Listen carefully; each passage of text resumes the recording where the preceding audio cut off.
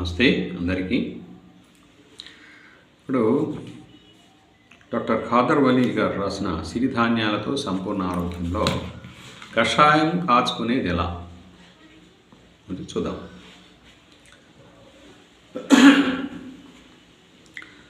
పశువుల పాలు తేయాకుతో tea coffee కాచుకొని తాగడం కన్నా ఔషధ మొక్కల ఆకులతో కషాయం తయారు చేసుకొని తాగటం ఆరోగ్యదాయకం.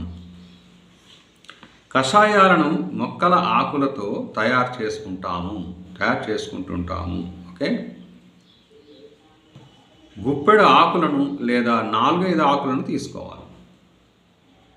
వాటిని 150 to 200 ml నీటితో వేసి 3 లేదా 4 నిమిషాల పాటు మరగబెట్టాలి. ఈ కషాయాన్ని వడగట్టి తాగాలి.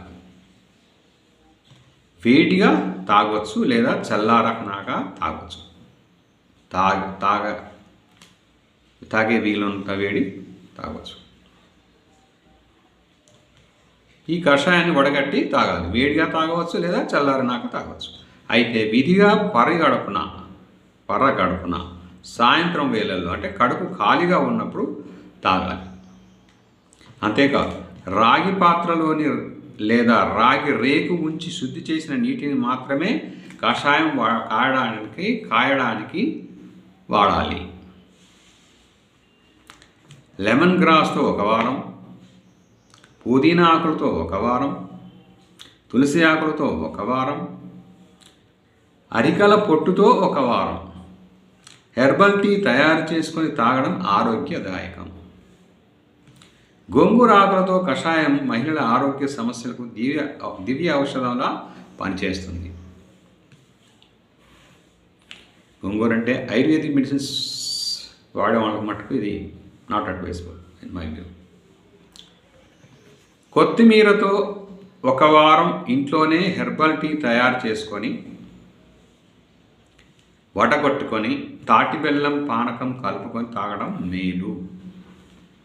ఇలా తయారు చేసుకున్న హెర్బల్ టీలో పాలు, పంచదార, బెల్లం, తేనె కలపకుండా తాటి బెల్లం పానకం కలుపుకొని తాగడం ఆరోగ్యదాయకం.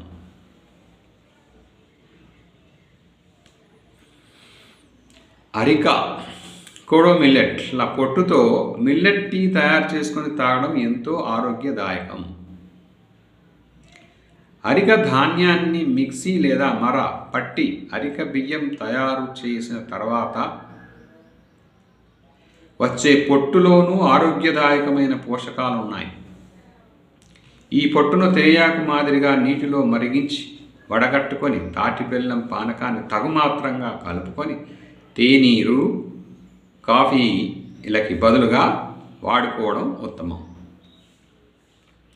రోగ నిరోధక శక్తికి 28 రోజులు సప్తపత్ర కషాయాలు ఎలా వాడాలి?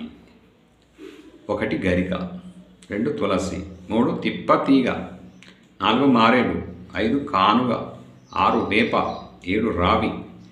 ఈ 7 ఆకుల కషాయాలను ఇదే వరుసలో ఒక్కొక్కటి 4 రోజుల చొప్పున 28 రోజులు తాగితే రోగ నిరోధక శక్తి పెరుగుతుంది. ఏడాది వరకు చీటికి మాటికి జలుబులు, జ్వరాలు రావు. Thank you viewers, thank you subscribers, thank you one and all. Me Jay Prakash.